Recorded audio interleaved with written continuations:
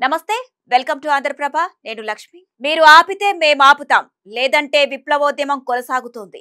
ఇది మావోయిస్టులు చెబుతున్న మాట. ఈ నేపథ్యంలోనే ఆయుధాల విరమణపై కీలక ప్రకటన చేశారు. భద్రతా బలగాల కూంబింగ్ ఆపరేషన్ ఎప్పటి నుంచి నిలిపివేస్తాయో అప్పటి నుంచే తాము ఆయుధాలని వదిలేస్తామని స్పష్టం చేశారు. ఆ పూర్తి డీటెయిల్స్ ఏంటో ఇప్పుడు ఈ వీడియోలో చూద్దాం.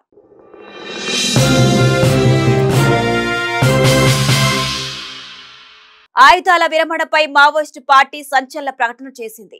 3 రాష్ట్రాల ముఖ్యమంత్రులకు బహిరంగ లేఖ రాసింది. తాము ఆయుధాలు వీడేందుకు సిద్ధంగా ఉన్నామని మావోయిస్టు పార్టీ ఎంఎంసీ కమిటీ తెలిపింది. అయితే ముందుగా మధ్యప్రదేశ్, ఛత్తీస్గఢ్, మహారాష్ట్ర సీఎంలు నిర్వహిస్తున్న కూంబింగ్ ఆపరేషన్ కగార్ను నిలిపివేయాలని స్పష్టం చేశారు. ఈ మేరకు సీసీఎంలో నిర్ణయం తీసుకున్నామని, జోనల్ కమిటీలకు కూడా సమాచారం ఇచ్చామని అన్నారు. దీనిపై ప్రభుత్వాలు డిసెంబర్ 15వ తేదీ లోపు స్పందించాలని తెలిపారు. ఒకవేళ ప్రభుత్వాలు స్పందించి ఎప్పటి నుంచి కూంబింగ్ ఆపరేషన్ నిలిపివేస్తారో అప్పుడే తాము ఆయుధాలు వీడుతామని స్పష్టం చేశారు. ఈ విధంగా కేంద్ర ప్రభుత్వ నిర్ణయానికి మద్దతు ఇస్తున్నామన్న మావోలు ప్రభుత్వ పునరావాస పథకంలో చేరాలని అనుకున్నట్లు తెలిపారు.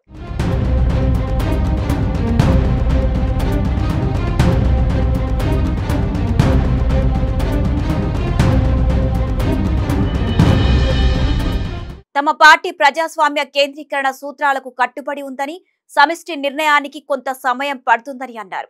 ఈ నేపథ్యంలో లొంగిపోవడానికి 3 రాష్ట్ర ప్రభుత్వాలు తగిన సమయం ఇవ్వాలని కోరారు. అయితే సీసీఎంలో తీసుకున్న డెసిషన్ మేరకు జోనల్ కమిటీలకు కూడా సమాచారం ఇచ్చామని మావోయిస్టు పార్టీ ప్రకటనలో తెలిపింది.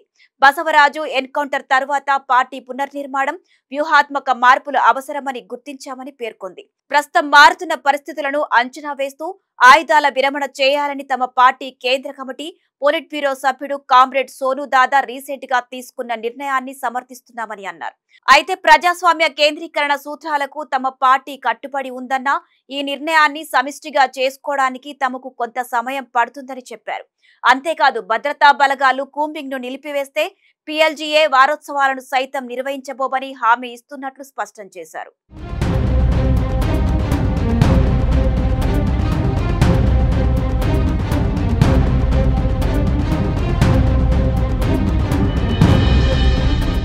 అయితే ప్రస్తుతం దేశవ్యాప్తంగా మావోయిస్టుల ఏరివేత కార్యక్రమం శరవేగంగా జరుగుతోంది.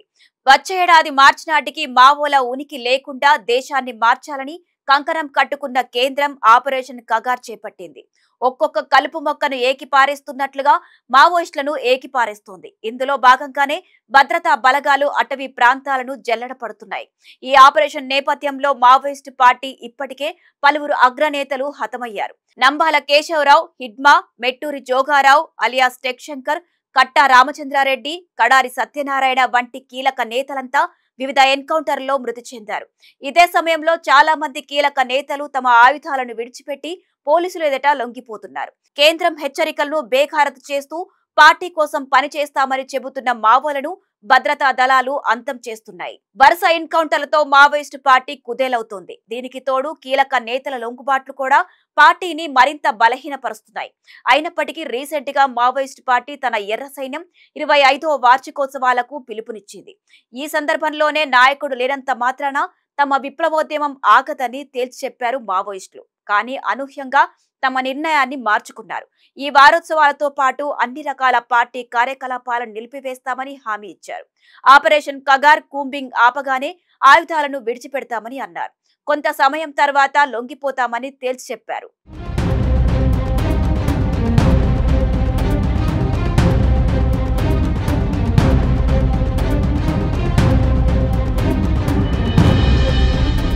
ఇక ఈ 3 జోనల్స్ కు ప్రతినిధిగా ఉన్న అనంత్ పేరుతో విడుదలైన ఈ బహిరంగ లేఖలో సతీష్ దాదా, సోను దాదాకు ఇన్ఫర్మేషన్ అందే విధంగా జర్నలిస్టులు మధ్యవర్తిత్వం వహించాలని కోరారు. అదేవిధంగా తమ సందేశాన్ని కూడా సహచరులకు అందేలా కొన్ని రోజులు రేడియో ద్వారా ప్రసారం చేయాలని విన్నవించారు.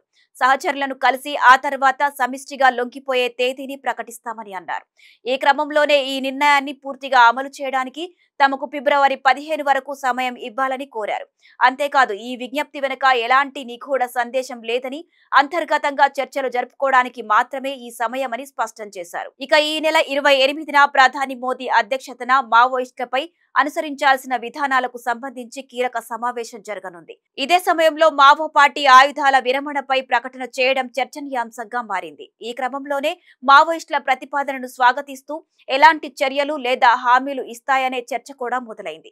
మావోలు అడిగిన సమయం లోపల రాష్ట్ర, కేంద్ర ప్రభుత్వాలు తమ వ్యూహాలను సమీక్షించుకోవాల్సిన అవసరం ఉంటుంది. ఏది ఏమైనా మావోల బహిరంగ లేఖ వారి ఉద్యమ చరిత్రలో ఒక కీలక మలుపు అని చెప్పుకోవచ్చు. మరి మావోయిస్టుల ప్రకటనపై 3 రాష్ట్ర ప్రభుత్వాలు, కేంద్రం ఎలాంటి నిర్ణయం తీసుకోనున్నాయి? మావోల అభ్యర్థనను అంగీకరిస్తాయా లేదా అనేది వేచి చూడాల్సిందే.